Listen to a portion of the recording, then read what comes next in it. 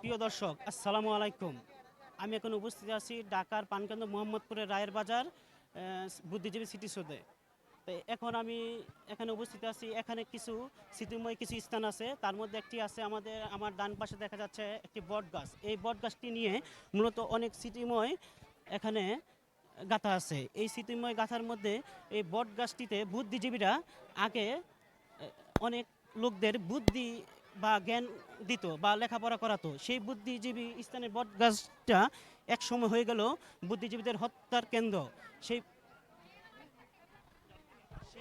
বট গাছের সামনে এখন আমরা উপস্থিত করছি এবং এই বট গাছের নিচেই এই বট গাছের নিচেই এই বুদ্ধিজীবীদের হত্যা করা হতো এবং তাদের হত্যা করে এখানে কঙ্কাল থাকতো এবং এর পাশে পিছনে দেখা যাচ্ছে আমাদের যে তাদের কবরস্থান। এই কবরস্থানে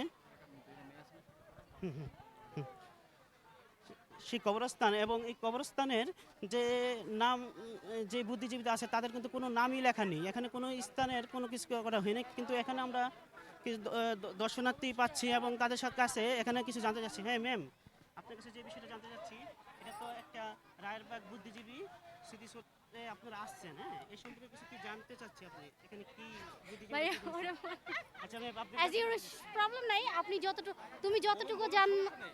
জি, আসসালামু আলাইকুম। আমরা হচ্ছে যতটুকু জানি এখানে আমাদের এরিয়া, আমরা এখানে থাকি। দেন লাইক হচ্ছে এখানে পুরো মানে অনেক সময় ধরে আসা হয় আমাদের। আমরা আসি, ভালো লাগে।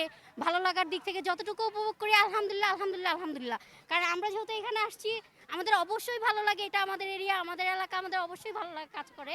তো সেই ক্ষেত্রে আমরা বলতে চাচ্ছি হচ্ছে ওই সরি টু সে, এত ভিড় বলতে আমি হয়তো বা অনেক কিছু জানি বা অনেক কিছু জানি না এরকম আর কি। যেটা হচ্ছে আমি আমার এলাকার মধ্যে যতটুকু জানি যে ভালো লাগে, ভালো লাগা থেকে এখানে আসা। ভালো লাগা বলতে আমি তো এত কিছু আসলে আমার ভালো লাগা বলতে এত কিছু অতটা ভালো আমি জানি না। বাট হচ্ছে যতটুকু বলবো কিনা,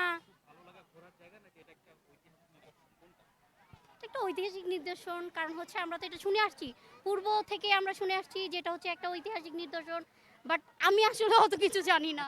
আচ্ছা আচ্ছা ম্যাম, হ্যাঁ, এখানে যে বুদ্ধিজীবীদের হত্যা করা হতো সেই বিষয়ে কি আপনার কিছু জানা আছে কিনা? আসলে আমার মনে রাখার ধৈর্য ক্ষমতাটা খুবই কম। যতটুকু মনে থাকে না কেন তার থেকে বেশি ভুলে যাই। অতএব সরি টু সে। হ্যাঁ, হ্যাঁ দর্শক, আচ্ছা এখানেই শেষ।